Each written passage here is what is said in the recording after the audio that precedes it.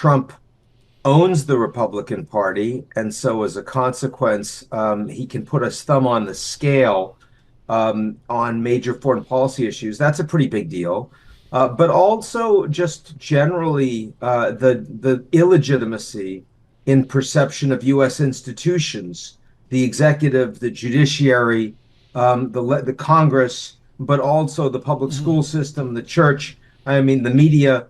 When you look at how Americans feel Right. about their institutions over the last 20, 30 years, it's just been getting worse and worse and worse. And that to me is the structural underpinning here. The getting worse and worse and worse seems to be the heart of the matter, what anybody's politics is. Governor Haley cited out the statistics showing the poll tilt.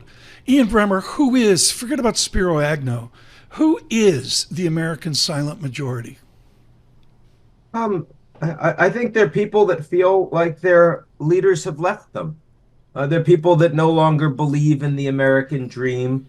When you and I were kids, the United States had the greatest class mobility of any of the OECD nations. Today, it has the least. And no matter how optimistic and individualistic you might be as a nation, eventually you get hit in the face enough, and you change your view. And I think that that's a big piece of. I mean, the U.S. still has incredible wealth and has all of this entrepreneurship. And you'd rather be at the United States than any other country in the world in the aggregate, but people don't live in the aggregate, and that's what we're experiencing. So, Ian, I'd love to get your views on how perhaps the U.S. is viewed by, I don't know, our allies, our foes. I mean, it seems like it's been an up and down, whether with the Trump administration, their policy for NATO and just kind of foreign policy versus Biden trying to maybe get back to normalcy. How do you think the folks outside the U.S. view us? Incredibly inconsistent. Yep. I mean, not a country that you can as easily count on, and therefore a lot of hedging behavior going on, even though there aren't necessarily any good options. Look, I mean, I take the point that we should not be blackmailing our allies to pay, or else we won't defend them. But on the other side of that argument, what are we? If for decades they refuse to actually make good on their defense commitments, should there be no consequences at all? Because that appears to be the ex ante position, and that's not okay either, right? That it's true that if Trump tells you we won't defend you, we'd like Russia to attack you if you don't pay your 2% into GDP of defense, if you're not doing an adequate job defending yourself, that undermines NATO, and we've heard that from the Secretary General.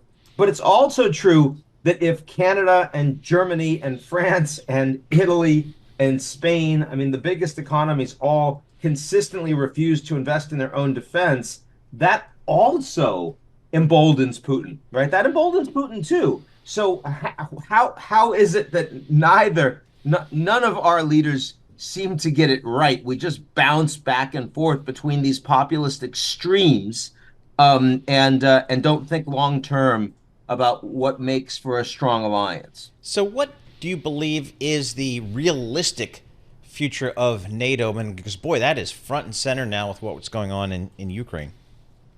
I think that peak NATO was last year. Okay. Putin made a huge mistake. You should never, ever interrupt your adversary when they're screwing up. And NATO was getting more divided and becoming less relevant for many years. The Europeans just were, I wouldn't say they were giving up on it, but they were certainly taking advantage of it. And that led to a backlash that you saw reflected with Trump's America First. And then Putin did the stupidest possible thing. He made NATO as desirable and relevant as humanly possible by trying to overthrow Zelensky and sends his troops storming toward Kiev. And not only did that make the Germans start spending money on their defense, but it also expanded NATO, made the Finns, made the Swedes want to join, made everybody realize that NATO was an indispensable alliance. Unfortunately, Putin understands that he cares a lot more about this issue than anybody else does. and he's willing to wait everybody out. And that now appears to be working in his favor after 2 years of it Right. not.